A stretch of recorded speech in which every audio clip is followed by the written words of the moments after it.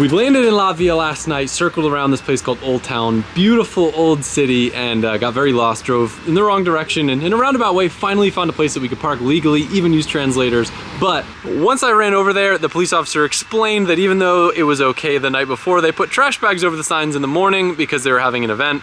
All was good, but it was funny. I posted my Instagram story and everyone that's from here said, "Welcome to Latvia." That's very common. Nonetheless, we're excited to be here, and we're actually starting off the day at HGK. So Kristaps has been amazingly kind in letting us store the car here. We get to work on it before the event at the track that is right down the road. And they even helped us out by knocking something out on the car before we got here. And I'll show you what that is.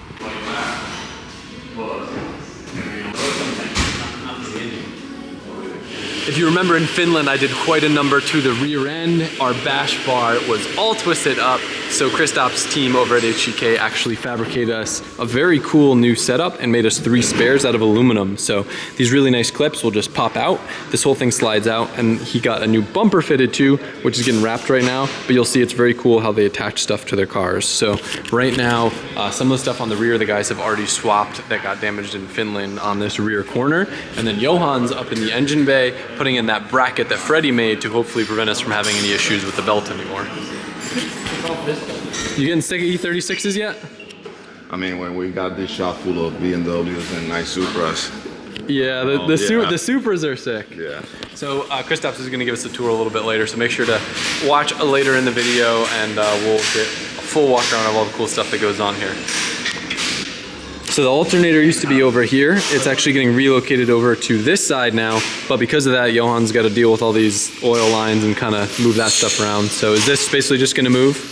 Yeah, hopefully we can move it forward. We got about 2-3 inches to go forward, so we hopefully that's all we need. If not, then we got to relocate the oil housing. I mean, 2 inches will go a long way. That's all I say.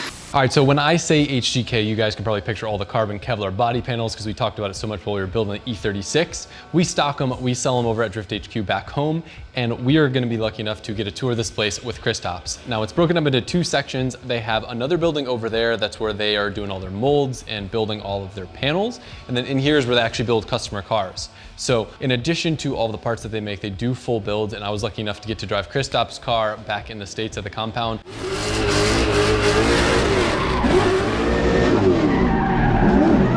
Amazing machine, and I think you guys will see why this place is so special as he shows us around. Hello, thanks for coming. Thank you for having us. To Riga, Latvia, and finally I can spend the time here on my side. Yeah. Good. Okay, yeah, this is the main room, I would say. Here's all the fab board going on. All the cars assembling are happening here. So basically not too big space, but very comfortable and planned the way we could build the cars the way we do. Some projects in a process, some of them finished, some of them need some upgrades, some of them killed. Yeah. What does the weight of a car like this come in at? It's the same, 1,200 kilos. It's pretty so light for an basically, E92. if you make it worldwide legal, it's the way it weights. So there's nothing much you can make it lighter, but yeah, and doesn't need to. If it's on 265, 285, it's good enough. So. Cool. Can you show us some stuff on the Super chassis? Okay, yeah, and here's the Supra chassis that Duarte helped us to get in US. So. Oh, this one came from Titan? Yep. Sick. That's where the one. Both of mine have come from Titan. Yeah, actually, yeah. Maybe.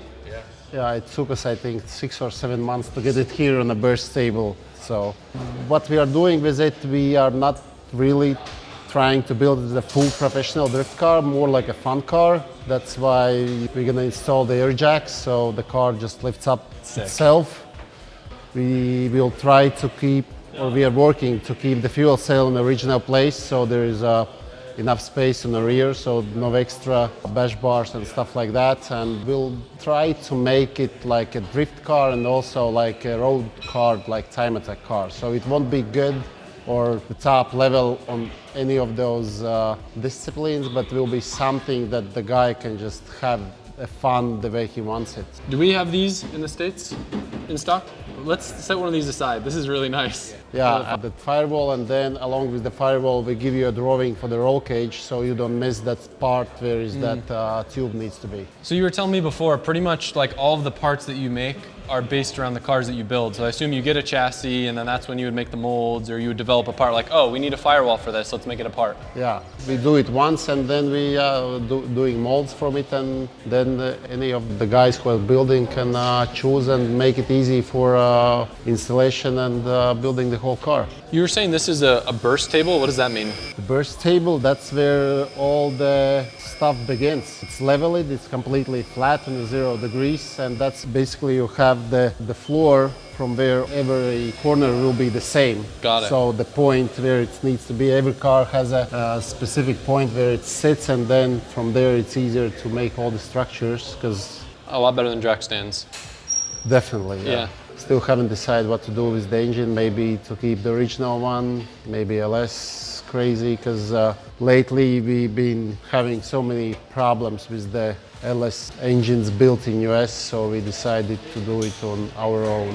Interesting. So we've been swapping the shops who are building the LSs, and It seems like a lot of people have been issues. having rough luck lately. crazy, it's crazy. The service and the background and quality, it's a nightmare. I like your little fitting tower. This is cool. Actually, we call it fitting Christmas tree. I like it.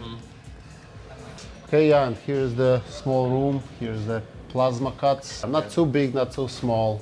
Good enough. Here's the engine room where usually Harry is assembling the engines or taking care of them, building new ones and maintaining the existing ones. Yeah, specifically that one is our Eurofighter Driftmasters engine, which should be like in 2 days back on the track. We just lately found the problem that the crank is cracked. Fingers crossed we're gonna make it. If not, I'm just gonna have fun with Duarte on the side of the track. Now, did you build out this place, or because I know you moved here not too long ago? Yeah, it was just 4 walls. It was I think something with the Spices warehouse. So it has very good heat insulation, and we don't need to cool it down much in the summertime and just heat in the wintertime.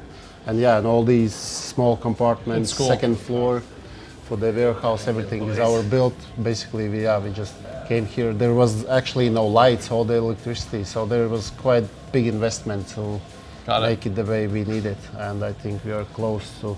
It's a cool layout. To done, yeah. You used to be on the track, right? Actually on the Yeah, track? back, yeah. That place was, I don't know, maybe 20% what we have now. Oh, really?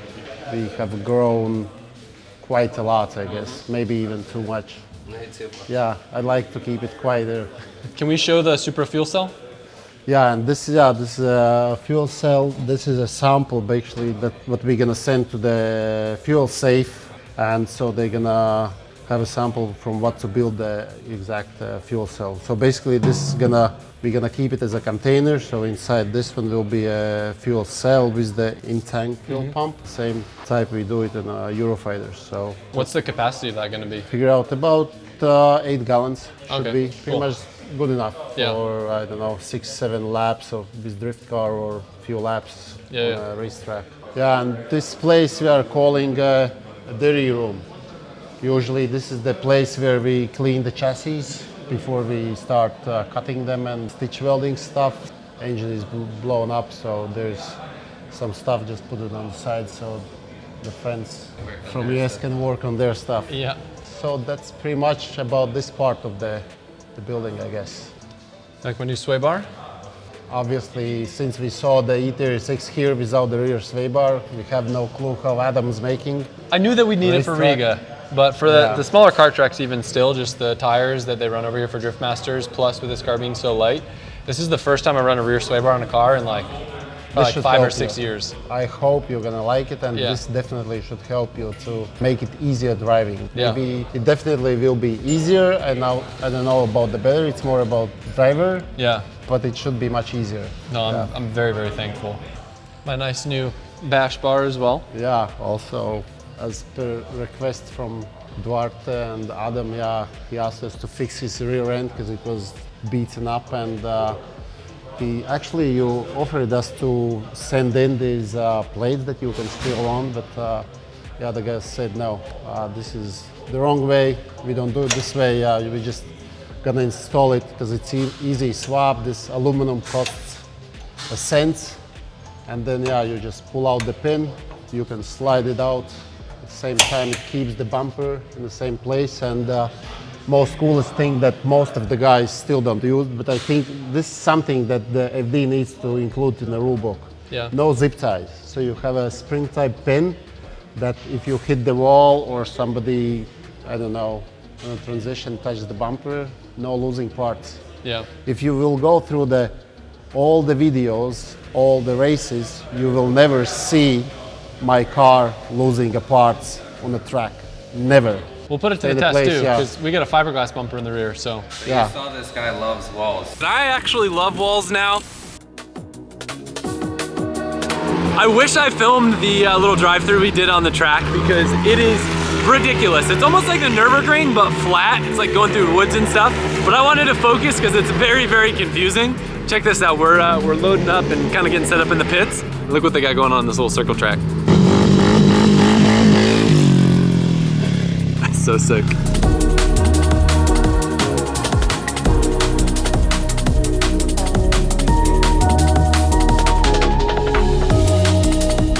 Check me out, I'm Kristaps today. He's lending me a fireproof shirt since that's one of the things that I need for this round. But anyway, I'm about to go out. Honestly, I haven't filmed much today because I've been in a lot of pain. I don't remember if I mentioned in a video or not, but I slipped a disc the weekend before, just like plugging something in. And for whatever reason today, it's flared up a lot, so I've been just trying to rest, but it's made it really, really difficult to do a lot of stuff. I'm very excited to drive this track. It looks fast. I've gotten a lot of confidence just looking at it and comparing it to Long Beach because it's a very similar kind of flow. But yeah, I'm really excited to try the new sway bar too. Major, major, major appreciation to Kristaps for getting that done. These guys spent almost all day on it, but it's super cool, super adjustable. I'm starting with it kind of in the medium setting. You can kind of see how the bumper mounts now with the bash bar that he made. But I'm about to go head out to practice and see how the car feels.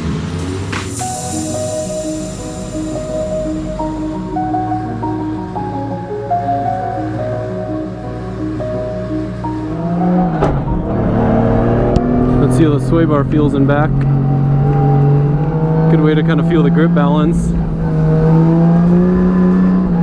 This is crazy. I can't believe I'm here. This is definitely like a bucket list track for me.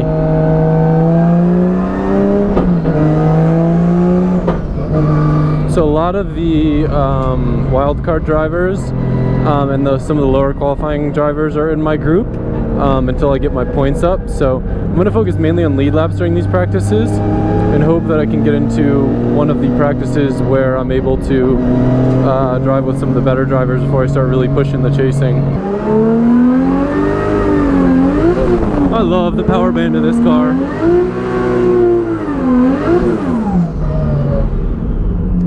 Alright, I'm up at the line now. They forced me into the chase lane even though I wanted to lead. I'm just going to try to leave a big gap, but I'm not stoked about it. Alright guys, this is one of the few tracks that I actually did drive on the sim a little bit, just since there is so many blind corners, so I could feel comfortable. So, leave a big gap.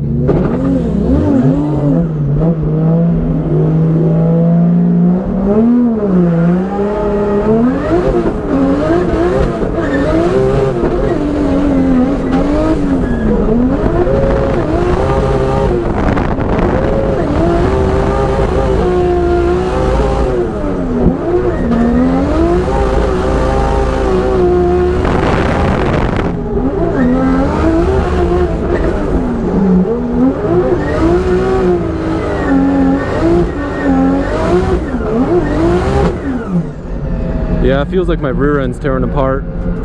Guys, I'm gonna come back to the pits. I really don't want to, but it feels like my axle's tearing the rear of the car apart. Also, I couldn't see a thing on that lap. The chase lane is the stupidest thing ever if you're not chasing on someone's door. It feels like the gearing might be a little bit short, but I won't know until I get a good lap. Couldn't find anything obvious in regards to why the rear end is vibrating, so just gonna keep driving and hope if it is an issue that it becomes more apparent. It appears to be rotational because when I get on the gas, that's when I feel the vibration the most, but driving normally I don't. So maybe it'll just go away when we change the wheels. Right, here we go.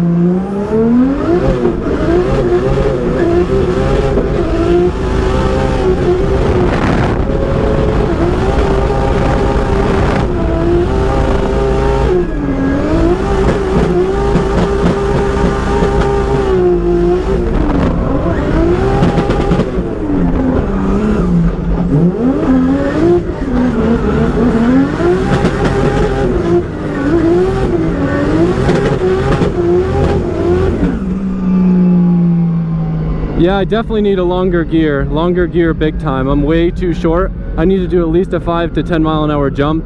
The vibration is still crazy as well. I felt decent, but still I can't even drift that first corner because it'll start to push because I've run out of wheel speed. Ginge, I also definitely cannot downshift where you wanted me to downshift. It almost instantly like straightened the car.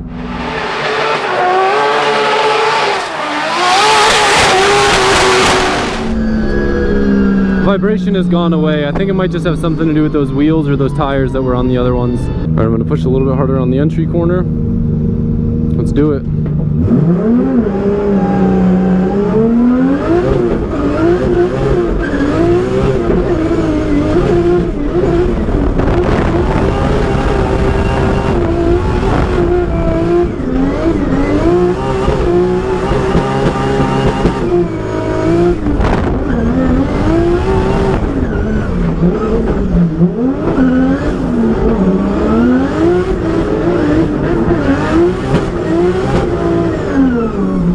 I messed up the downshift timing. Honestly, I think my car might just be too hooked up. I'm gonna try again and fix some stuff with my line, but I'm just like, I'm having a hard time getting where I need to, and I think I either need more power or less grip.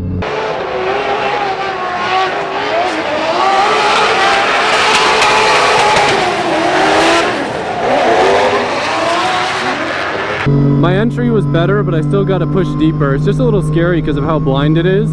I just really got to get in the pocket of that first zone, and I know that that will change the rest of the course. It's weird, like the car felt like the gearing was a little bit long on the second half of the course, but it really needs the extra wheel speed for the first half, so I'm kind of torn on that. This is unfortunately one of those tracks where you got to kind of keep pushing it. Normally I don't like to work my way slowly up to a track, but this is really one where you kind of have to, because it's a doozy.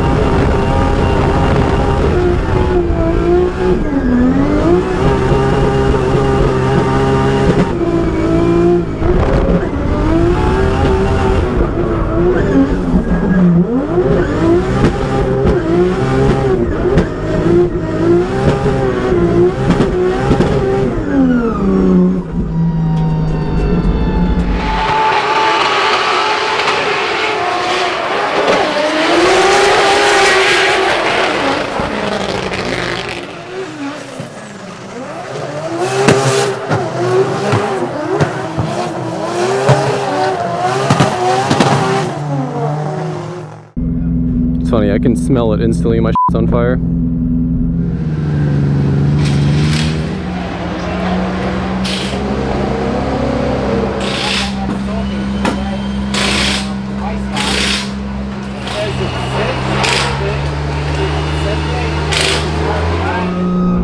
I guess when I think of it, I'm almost starting on kill, which like is what I like to do for a lot of tracks, but starting Riga is basically gripped up as I can.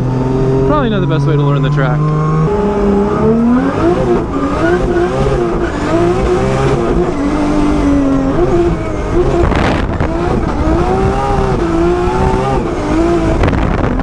God, that was f***ing terrifying. I don't know what the f*** just happened there. I just threw it like backwards on the first corner, not on purpose, but I don't know how I didn't just f***ing total my. That was bad. I don't know, maybe that was just the first time I really felt the sway bar, because maybe before I wasn't really activating the sway bar. I don't know what the f happened, but it felt like I was on gas, and it just like, yeah, I mean, maybe I flicked it too hard, or the way that I flicked it, it's just a double-edged sword, because I don't want to flick it too soft and then push, but I just flicked it too hard, and look what happened. I'm gonna try a light handbrake tap on entry, Ginge. I think that's what I'm missing, and I think trying to do it without a handbrake tap is just make me inconsistent. So I'm gonna do like a little flick with a small little handbrake tap to set the car, and I think that will give me what I need to do.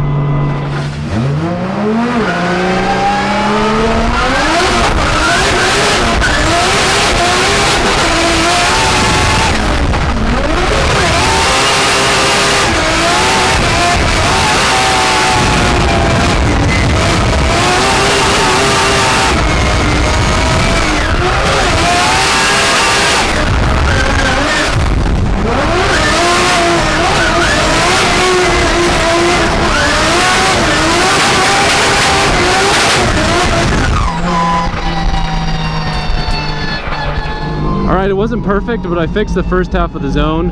I just used a quick little dab of the handbrake, and it just gave me a lot more confidence instead of trying to just like flick it and risk timing it perfectly and over snapping or whatever. I was able to kind of get right in the pocket, fire off. I just need to carry a tad bit more speed now, and I think we'll be dialed.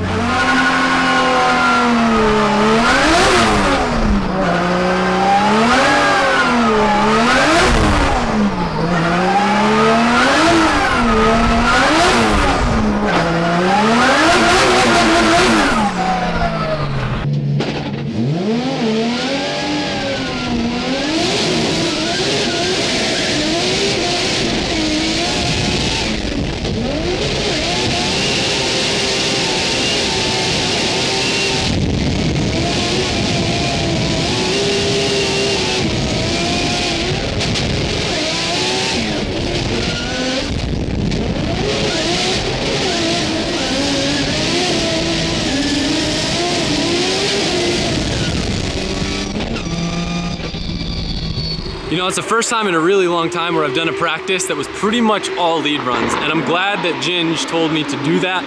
Part of the reason is in my practice group, it's a lot of people that haven't driven this track before and that don't have a lot of experience here. So one, it was to kind of keep the car safe, and two, if you don't qualify here, there's really no point in being good at chasing. So I'm glad that I spent a lot of time working on my lead. And I'd say the biggest revelation that I had was just kind of really on entry style. Now this track momentum is so important, and that was really driven home to me by Ginge, a lot of people that have driven this track before, but I was so caught up on that I was really trying hard to focus on clutch kick entering, because you know a handbrake would kill speed. But the problem with that is the first corner is kind of mellow. It's not like a super big angle corner, and you need to maintain speed there. So when I was clutch kicking, it's really challenging to do a clutch kick and get a good flick, but not throw a lot of angle. You go too shallow, you end up pushing, you crash into the wall. You throw too much angle, then you end up coming out of the zone early. So what I wound up doing that felt really good was a quick little handbrake tap and back on the gas. That basically allows me to just set the car to whatever angle that I want, and then I can get on the throttle when it feels good. I'll still be able to probably carry the same amount of speed, but by doing that, it just will give me a run that I can consistently put the car in the same place every single time versus, I mean, you saw that one run where I clutch kicked, descended a little bit too hard and almost went backwards. So don't want to do that. That's not good because we're trying to fill that whole zone. But I'm stoked. I got a lot of laps to practice, and tomorrow I'll focus a little bit more on chasing, but I want to have the best qualifying run I can.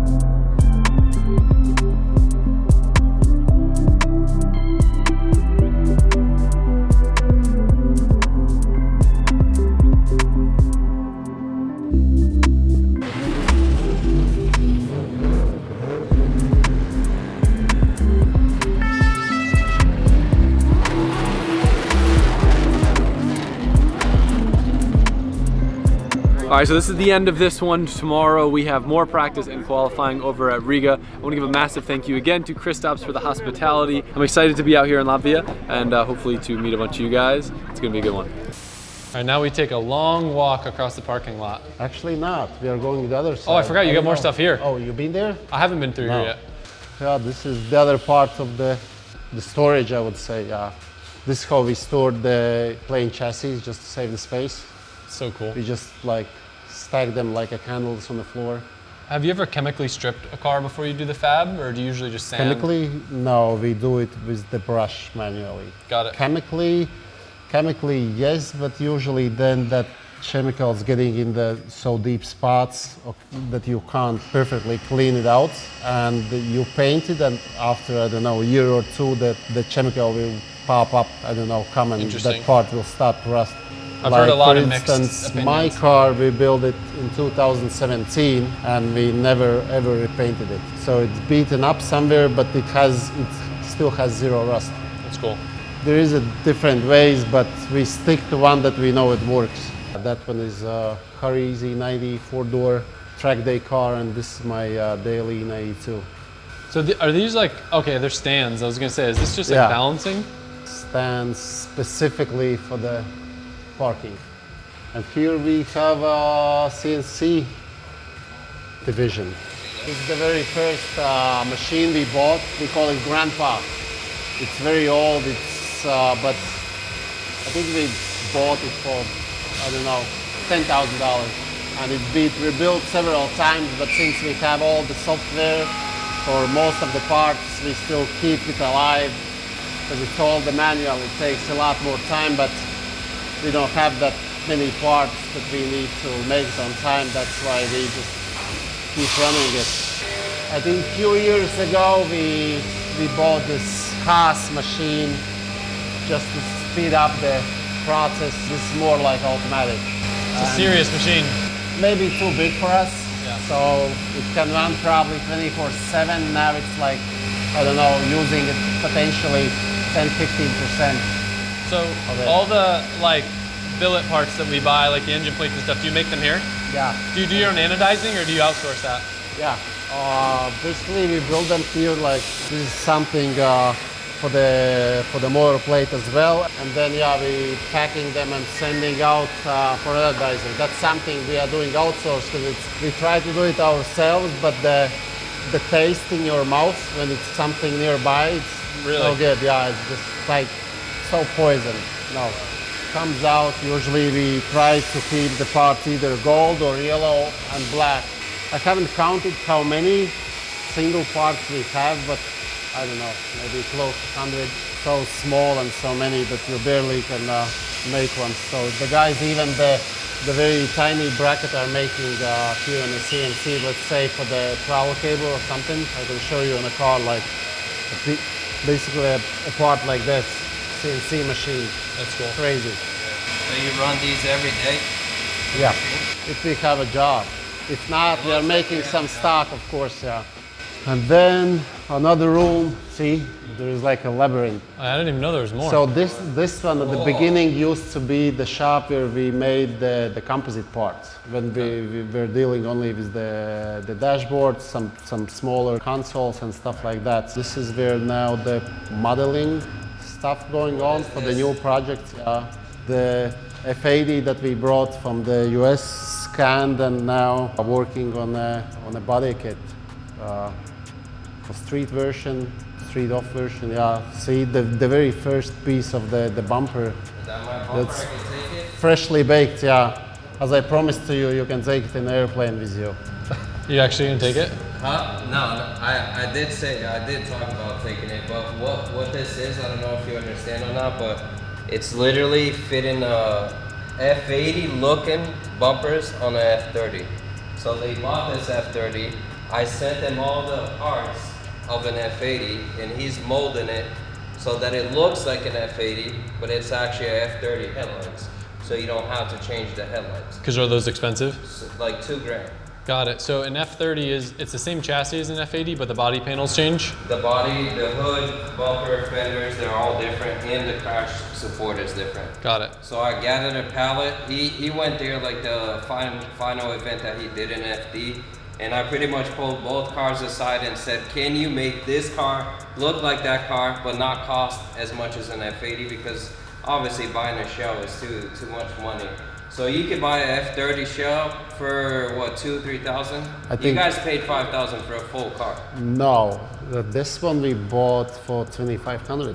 2,500. So basically, you can get the car for 2,500, turn F30 into F80 2JZ powered like 10K. Yeah. Done.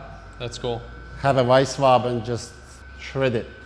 The fenders, yeah, the fender we had to extend it because with the vice swap, the wheel sticks out. A little bit work on this shape here. And then lately there will be different side skirts, like a flare for the rear fender and the bumper, of course. Are you going to do doors?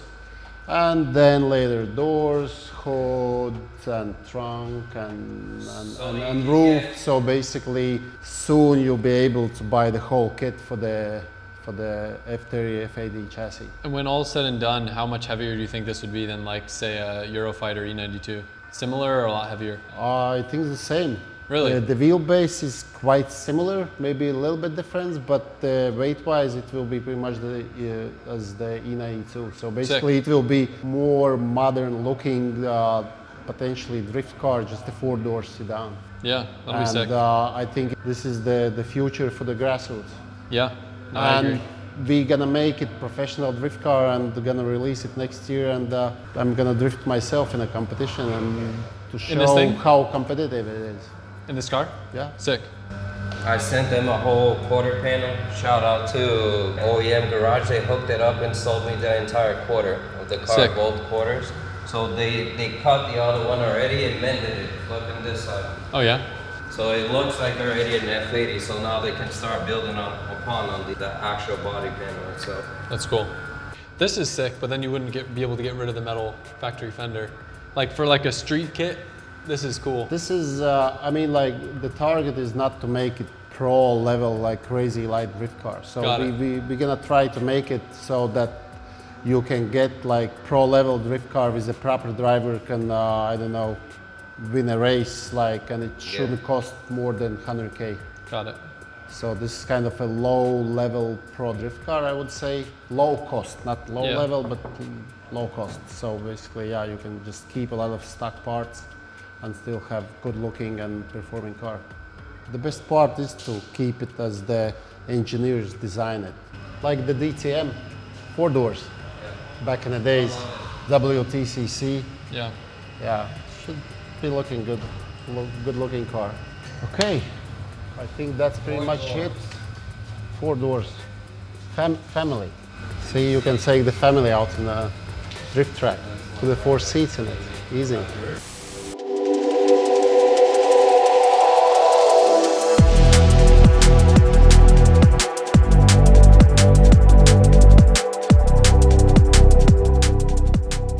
Today's qualifying day. Plan is basically to go into practice with the same setup that I drove yesterday, but might make some small setup changes. Just trying to get the car really easy to drive so I can do a high qualifying score. This qualifying here is a bigger challenge than back at home. There's a lot of really talented drivers, a lot of people that have driven this track before, so really got to get my marks dialed, but I do want to have some fun and get some chase runs in today too.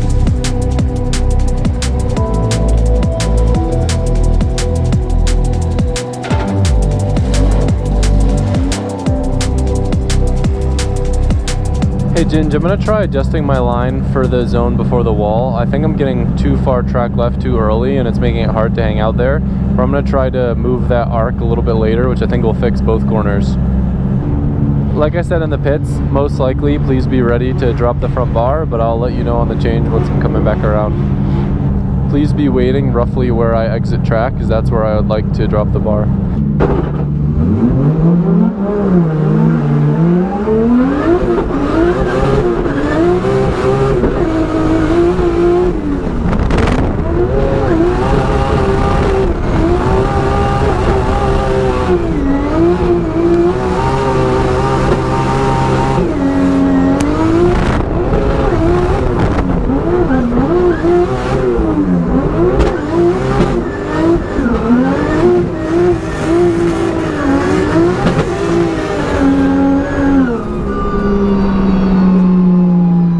Track definitely felt more hooked up this morning. I'm game to try dropping the front bar and seeing what it'll do.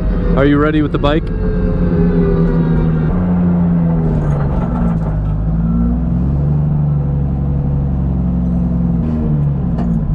I good? Alright guys, so I'm heading back to grid. We disconnected the front bar, and the biggest change that's going to do is take away some of the grip that gets added at high angle, which should make it easier to fill zones. Not traditionally a way that I like to drive, but it might make it easier for a track like this.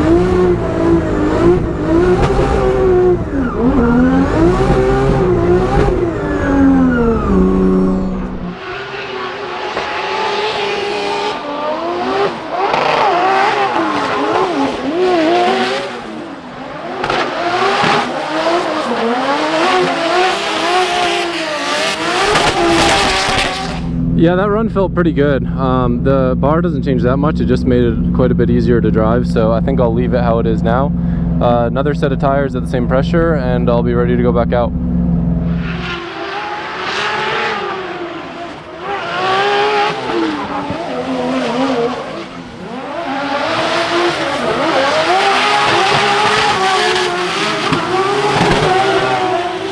You think I should get another lead in or hop in and follow NASA right now?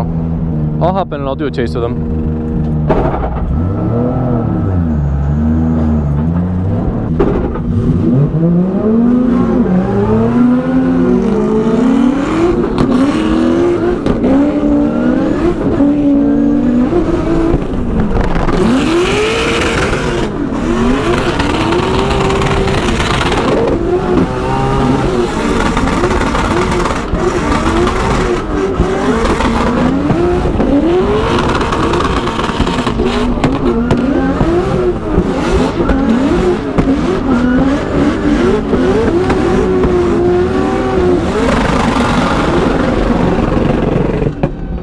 Ginge, I need you to start timing cars. He was probably entering 30 miles an hour slower than me.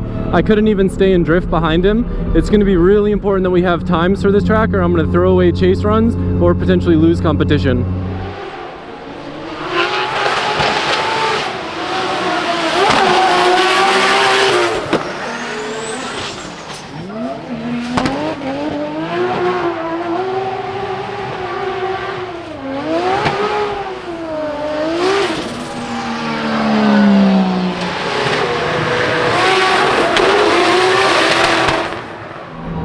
Have I really only done 6 laps? It feels like I've been driving forever.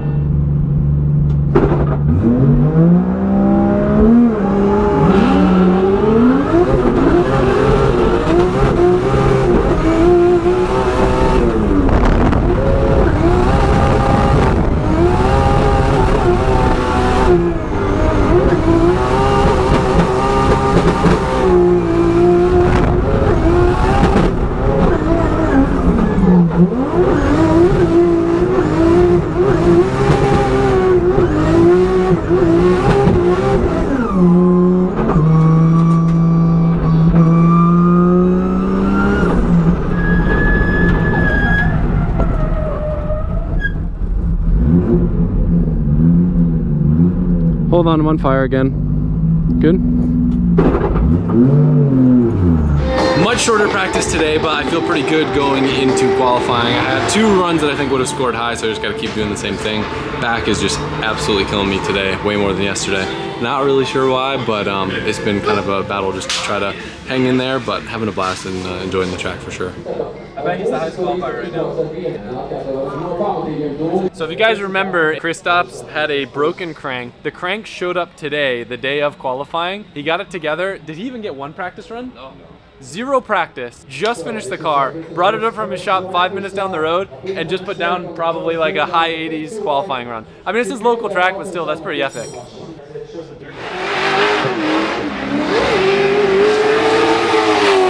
About to go out for qualifying. I feel pretty good watching some of the runs. I think probably my best run so far would probably be a high 80s. It's not perfect, but I think if I go and I shoot to do that same run, it'll put me in a good spot where then run number 2, I can push it even harder and then hopefully get a really, really high score. So I'm not gonna take it easy by any means because you can't do that here, but I'm gonna go out and just try to do a nice, smooth run and put it in all the zones because they judge line very, very heavy here. So that's what I gotta do.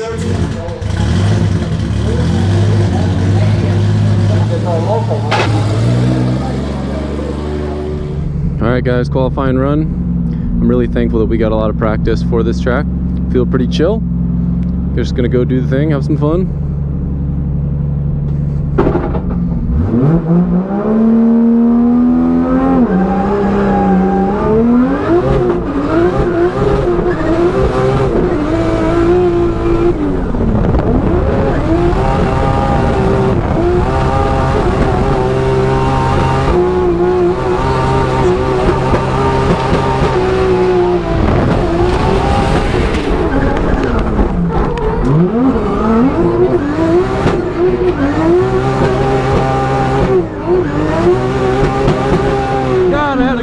I grabbed the handbrake where I shouldn't have.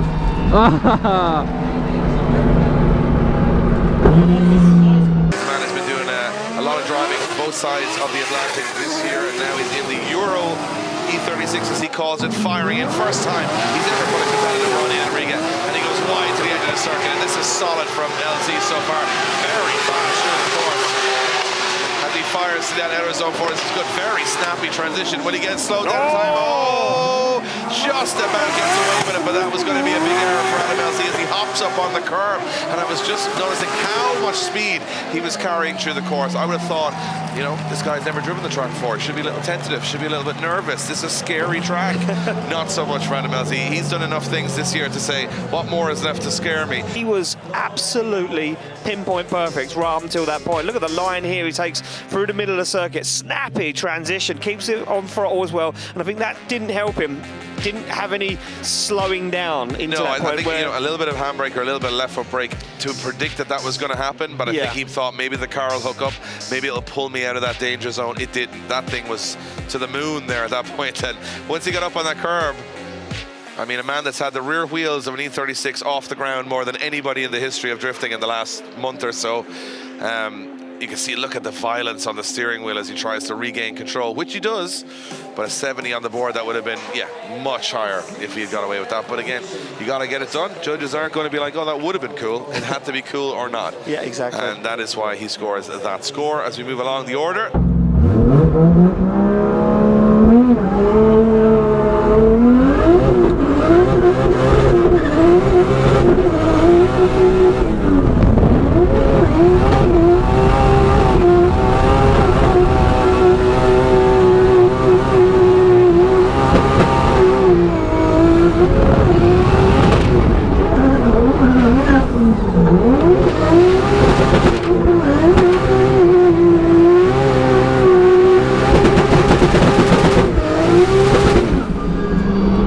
I f***ed up the zone again. So here we go, Adam LZ is next up, sitting in 30th position with a 70 from his first run. Needs to go a little bit wilder than he is. He's firing through the gears now. Very early initiation from LZ as he pushes wide to the end of the track. That is perfect so far. And a big mistake on the second half of the course. The first one got to be clever here. Make it work. Transitions very fast. Again, going way too fast, but he makes it work. But he transitions snappy. He's got to get into that outer zone very late, but he made it work on the transition. As Adam LZ takes it across the line, it will be an improvement on his first run, but he is not backing down. There's a tentative run in there, but he's not taking the option for it. No, he's not, Dave. He's not going to drive at 50%. He's going to drive at 110. He's been driving like this all weekend, though, and he said that Riga was a bucket list for him. He said he wanted to come here and drive this track. It's one of those ones that a lot of people watch and say, I want to have a go because it looks so treacherous, and it is. If it's right, it's right. If it's wrong, it's really wrong.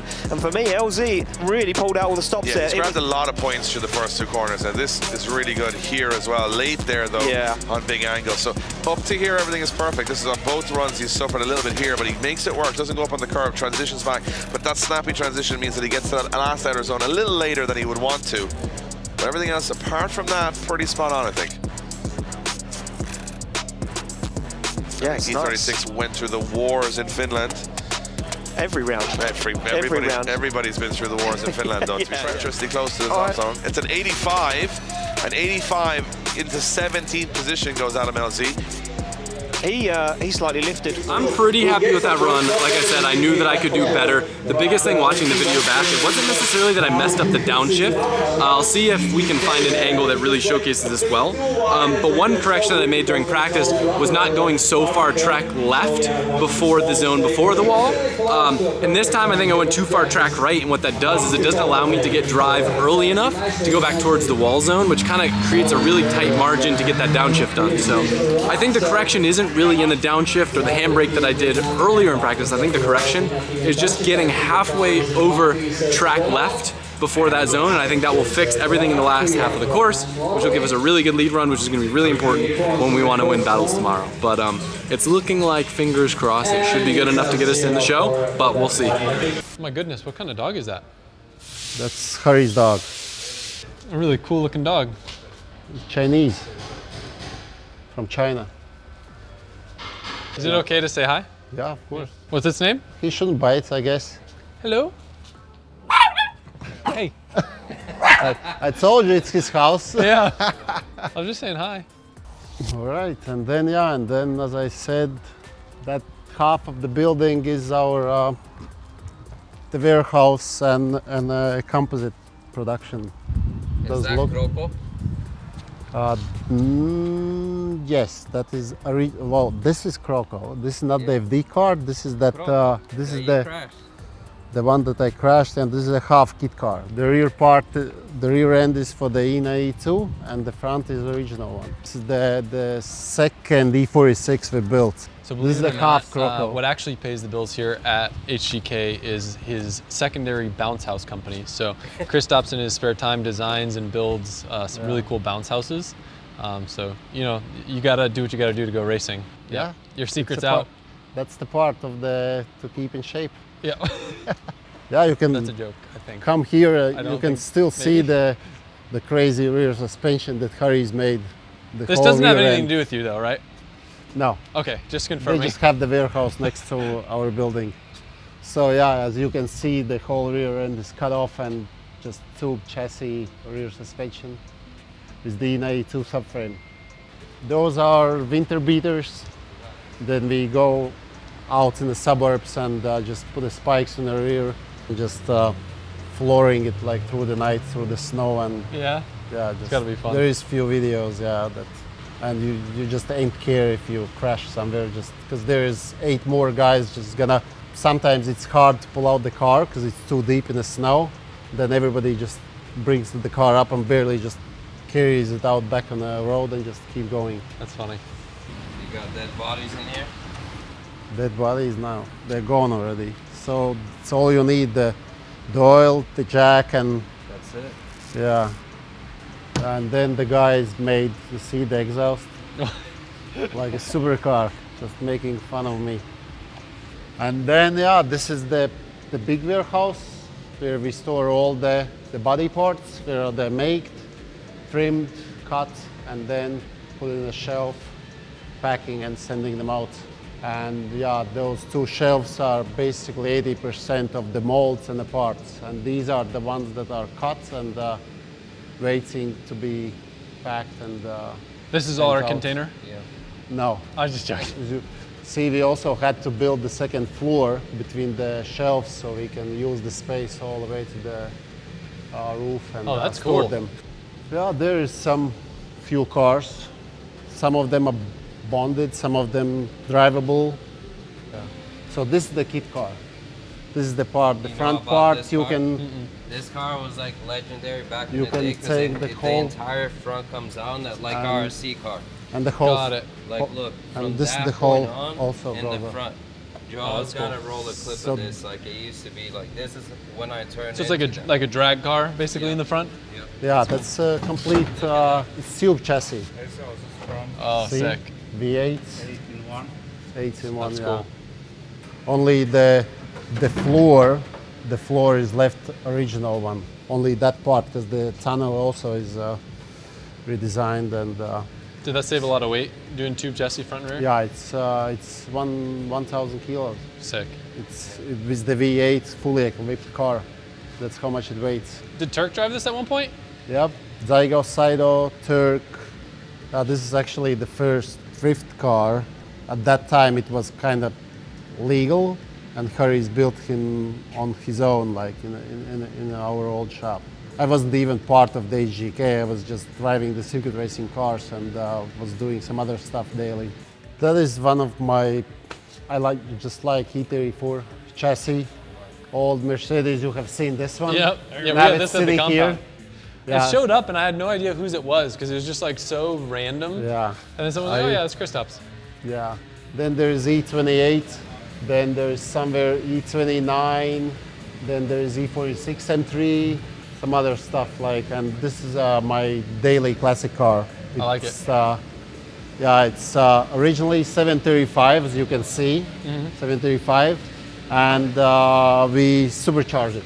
Sick. It has the turbo, so basically now it's making 400 horsepower, and I've been driving this car for 2 years, and there is no one who would pass me within these 2 years. No one. Really? I'm passing everybody. Like everybody's like so shocked. This old car is moving so fast.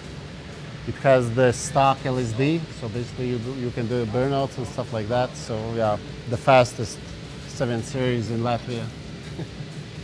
Yeah, and then we can go through the composite production process.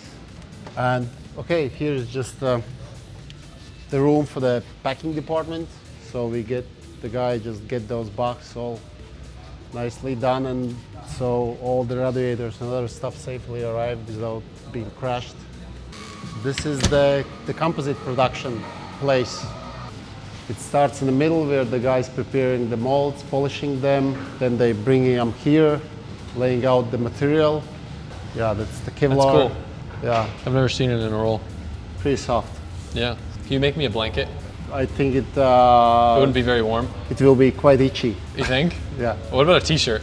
It'd be pretty cool. Make your team jerseys out of it. Oh, you can. I think some of our shirts has the part of the Kevlar, but not the real one, but just the printed Got one. it, got it. Yeah, but the real one, no. It's just. I think it. You're so funny. No, you don't want that.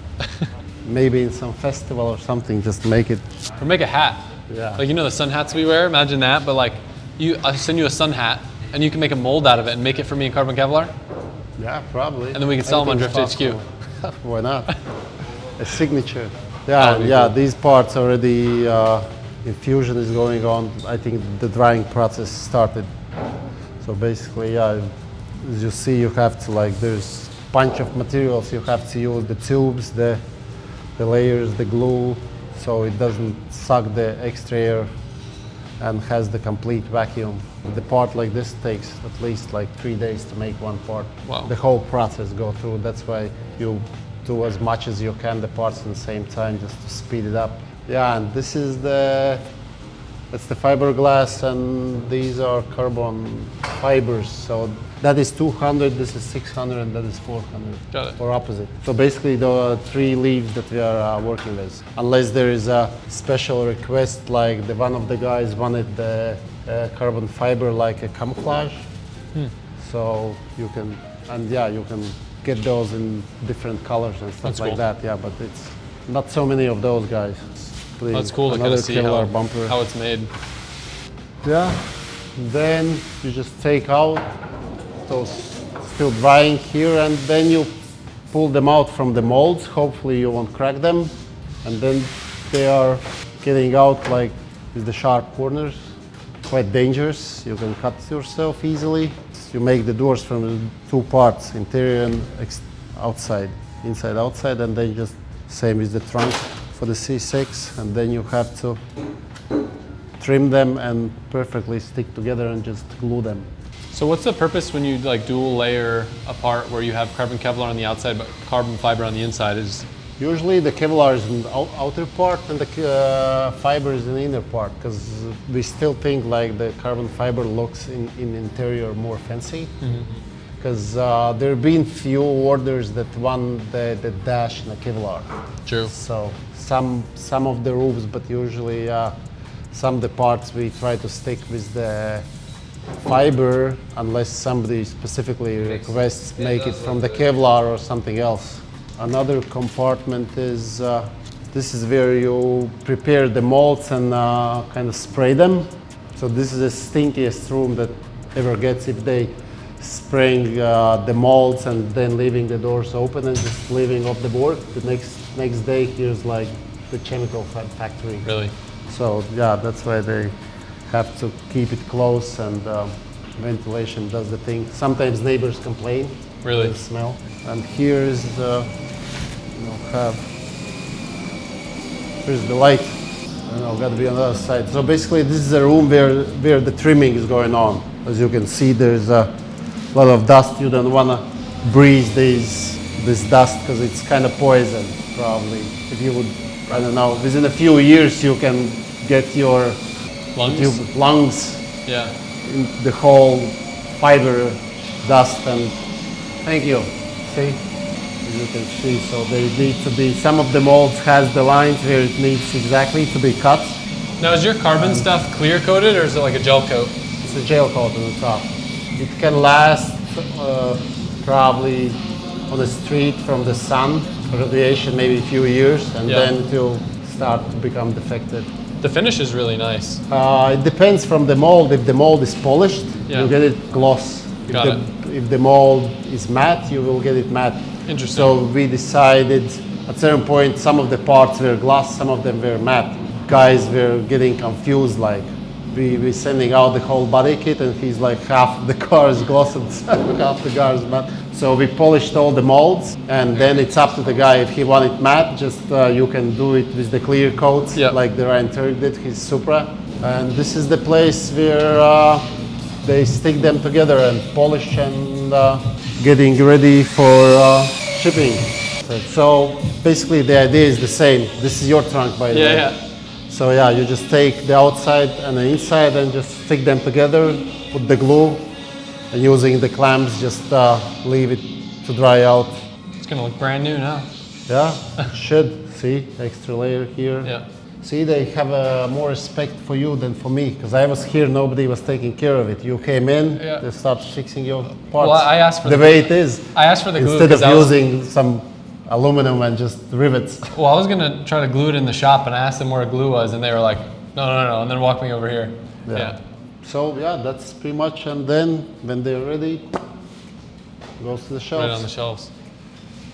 In truck, in a ship, in a container, and out. Yeah, and you can see here's the. You weren't kidding about the molds being polished. Yeah. It's glossy. If you don't polish, then you have all the debris and all the small things, and that you can see really good on those gel coats. So how does a gel coat work? Do you basically put a coating down in the mold and then layer the fiber on top of it? Yeah. Got it. And does that Spray it with self-level? the gel coat Oh, and you spray it. You spray it with the gel coat, and then it's kind of sticky, and then you can start to lay down the material. And yeah, of course, material you have to pre-cut, so you try to avoid all the lines where it's connected, because obviously it's not from the one piece. It has to be heavy, because it should last at least, I don't know, 100 pieces or 200 pieces. And yeah, time by time they wear out, and you have to all the time maintain the molds and sometimes even make the new ones. Yeah, I know back in the day when I was ordering like a lot of like aero from Japan and stuff, people would complain because like you'd get one part that was really good and then another part that just fit terribly. It's just because they would run the molds too long. So like one person might have the best fitting thing ever, and then the next person's like, wow, this is trash. Yeah, sometimes you have the defective parts and then you have to redo it again. Like, you know, it's in a mold and you say, customer, we're gonna send it out in few days. And then in a few days you just trying to get it out from the molds. Maybe it cracked or maybe it became defective, and you say, we need another week. Like, you start complaining, hey, what the f, you told me 2 days and now it's like another week. And like, okay, you want a defective one or you want a proper one? These might be a defective one, maybe. No. This one looks good. Oh, you see, like here, the air bubbles. Yep. So would you mind to have this one? Really, it doesn't affect you, right? But sometimes you send to the guys and like nobody really sees this because there are the pedals, and no, this is no good. This is not what I paid for.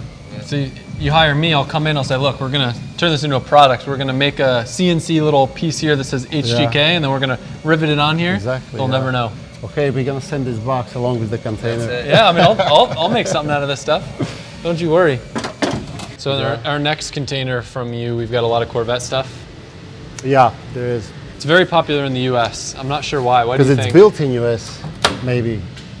Yeah, well, I'm just saying it. Well, maybe because like also Corvette body kits, like if you buy the factory body kits, they're actually really expensive, and like they're still fiberglass, so stuff just breaks apart. And those C6s become more and more affordable for the mid guys. Like you can now buy one for like, I don't know, 5K.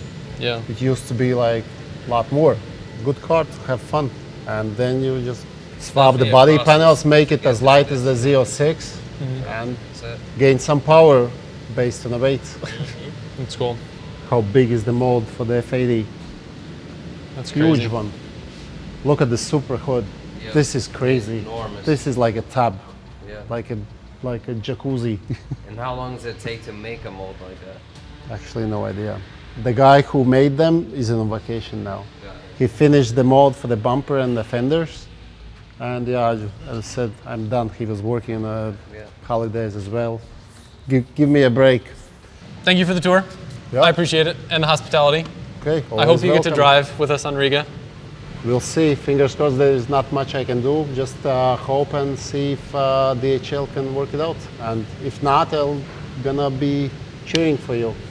Thank you. So, been several times in Drift HQ. Thanks for your help. I bet it was much more help than we could do for you here.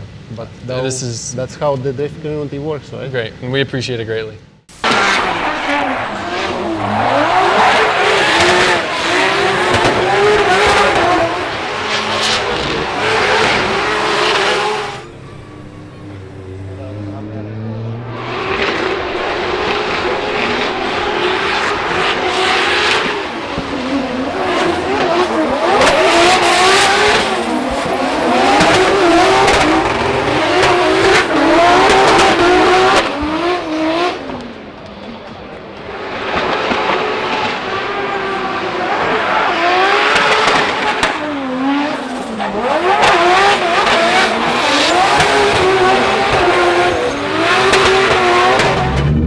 Don't pull the handbrake, don't pull the handbrake.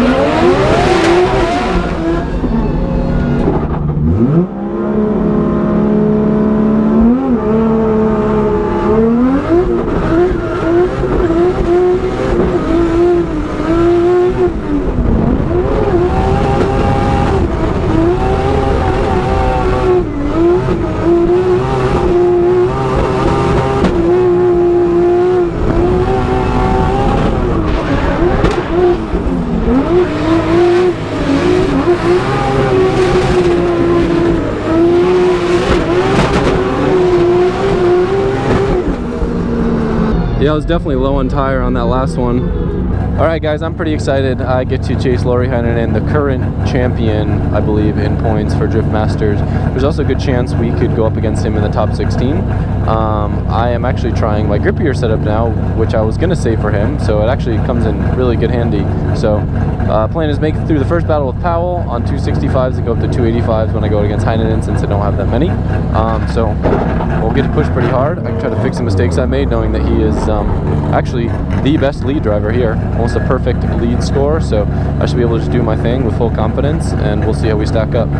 You know, one thing I got to work on is just keeping on throttle going towards the wall. I keep transitioning too early there, so if I can just focus on that, I think everything else I feel pretty good on. That, and then the zone before the wall, I got to stay on throttle a little bit longer. I'm cutting a little bit too inside on the track there, which also affects the next corner too.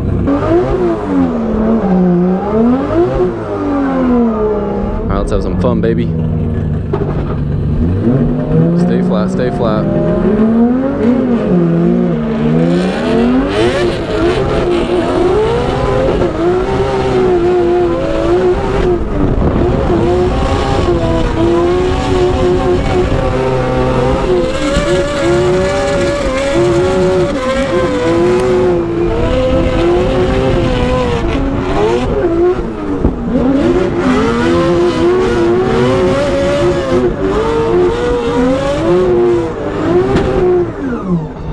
I don't know if it's because these are scrubs or what, but I got my ass rolled worse than I ever have. He probably put like 10 car lengths on me on the run up. It was like embarrassingly bad. No, I know there are scrubs, but I just don't know if it's because they were scrubs or if it's potentially because of just him being that much more hooked up. It did feel really loose in the burnout box. Ginge, what's the likelihood that because they're scrubs, they have less grip than if they were new? I mean, I think considering that I got my ass rolled, it still felt like a pretty good chase. That was my best, like, second half of the track for sure. I definitely felt good about kind of where I was picking up my zones.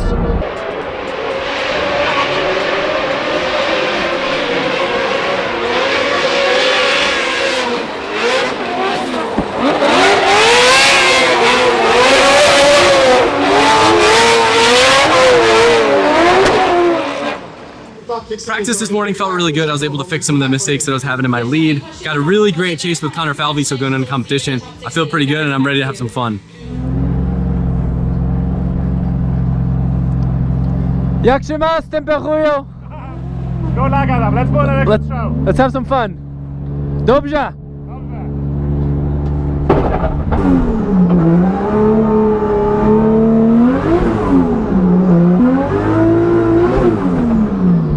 All right, time to have some fun. 1, 2, 3, 4. No handbrake, no handbrake, no handbrake, and we'll be chilling.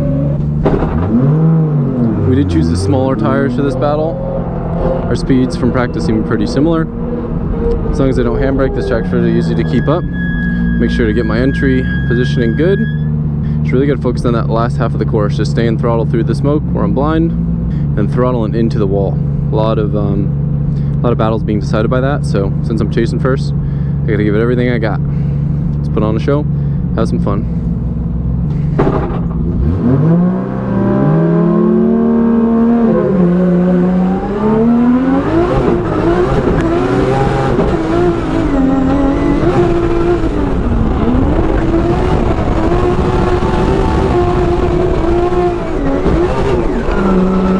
I hit the curb. God damn it. Did I DB'd? Very close to spin out. God damn it. That was perfect. Fuck me. Ginge, did I DB'd when I hit that curb? The car is pulling super heavy to the right. God, that was making a great chase too. It might have just been rubber from the fronts getting caught. Damn, that felt like it was going to be a really good run too. LZ in the chase, let's see what happened. LZ and Korpolinski had a tough Finland. Let's see what happens. Can they turn it around here in Riga? There we go, down through the gears.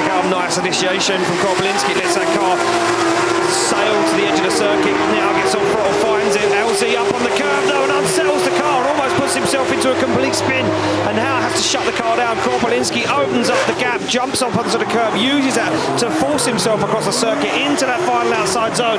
And LZ out of this one as Korpolinski brings it across the line. It looked to me like, and this is just my first thoughts, I think Adam LZ doesn't see that curb. I think he's lost in the smoke, and I think all of a sudden the back end of the car starts to lift. It looked to me like he had the right line, but he just stayed too late in it. Oh man, I was having fun. That was gonna be a good run. I did dive a little bit too hard, and that definitely didn't help, because then I kind of was like, I guess kind of messed up my timing a little bit, but can't blame anyone other than myself, unfortunately. Go fast.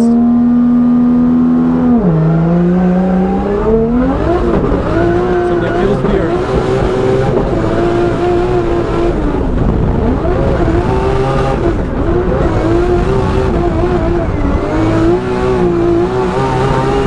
That understeer was terrifying.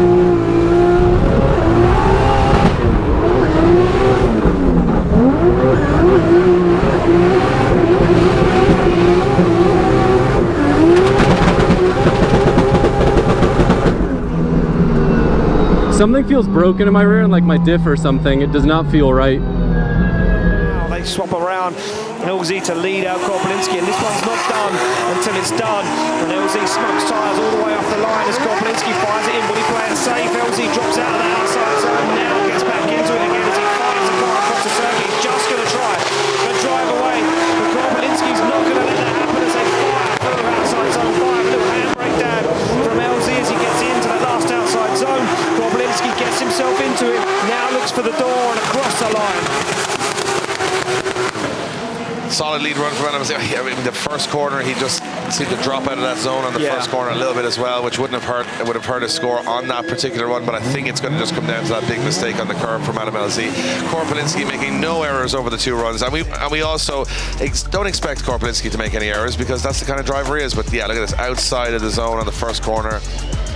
Yeah, bit of a straight in there from Adam LZ as well through the first corner. Maybe just didn't hit the commitment as much as he would have liked. And Korpolinski does a good job of dealing with him when he's not on that correct line. You just see the level of violence in the car that these guys go through the course. And we talk about it a lot about, you know, how much these cars are turned up. Like the engines are at their maximum, the amount of grip is at its maximum. They are not easy to drive.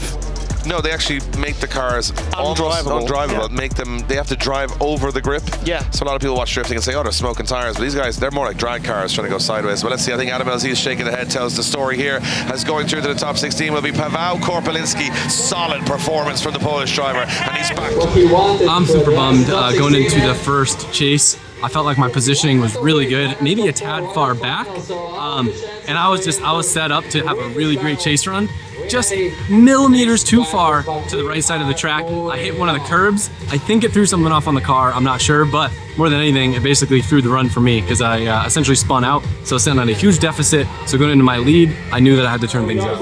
On my lead, I could definitely feel that something was weird in the rear of the car. It was vibrating like crazy. I was worried that I had a flat, but it didn't feel like I had a flat, so I still pushed pretty hard. But in the first corner, I got a lot of understeer, which had never happened to me before. So somehow I managed to keep the run together, but it definitely was not a great lead. I made some pretty big mistakes, including handbraking in the wrong area of one of the zones. So I knew there's no chance that I was getting the win. It's a bummer to lose this way, but we've definitely made a lot of progress with the car and figured out setups for different fast tracks like this. I am curious though, I want to throw some toe plates and check pressures when we get back to the pits to see just what might have happened to the rear end of the car. Once I got back, the guys looked at the car to see if anything was damaged. I definitely bent a wheel, which is a bummer, but apart from that wheel taking a little bend, the pressures are still the same. The toe in the rear is exactly what we run. The front's actually a little bit towed out compared to normal. I don't know what would cause that though, because I didn't hit or do anything in the front. So not sure why I understeered. Maybe just I was on a more rubber down line or something, but very strange. I'm curious to watch back the footage and see if I can figure out why that happened. Watching back the video, I can see exactly the mistake I made. I got greedy in the first zone, and what happened there, when you do that, you kind of get pinched off and forced to transition farther track than normal. The best way that I could compare it would be at Long Beach. If you get greedy on the first turn, you end up going into the next wall because you don't give space for the other person to transition, which forces you to transition almost on the side of them. Here you can kind of get away with it, but you can at the same time because there's a rumble strip, and you saw that with my run.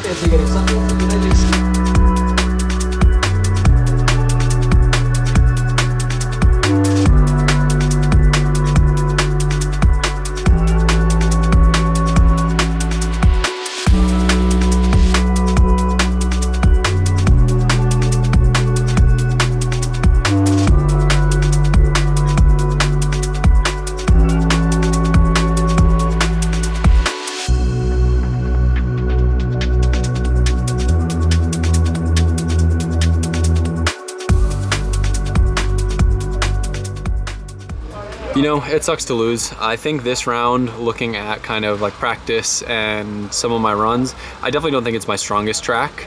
I've said at a lot of events, I think that I could have won the whole event. I think that I could have done well. I think that I could have probably been top 4 maybe if I pushed really hard, but quite frankly, I don't have a lot of experience at big road courses like this. I do, however, think though, practicing here is going to be amazing practice for Utah, because that track I had a lot of mechanical issues the only time that I've ever driven it, plus not having a lot of experience on road courses like big, fast, like sweepy tracks. It's good. So I've definitely taken home some knowledge. The mistake that I made is so easy to make, but it's just one of those things that you don't really realize is a problem until it happens to you. But what I can say is Riga has been amazing. The amount of people here in Latvia that watch my videos is so cool, especially like, I don't know what it is about Europe, but you guys are like all day ones. It seems like so many people I've met that have been watching since the very early BMX videos that learned how to bar spin or bunny hop, or came and maybe saw an old video of me when I first got my 240.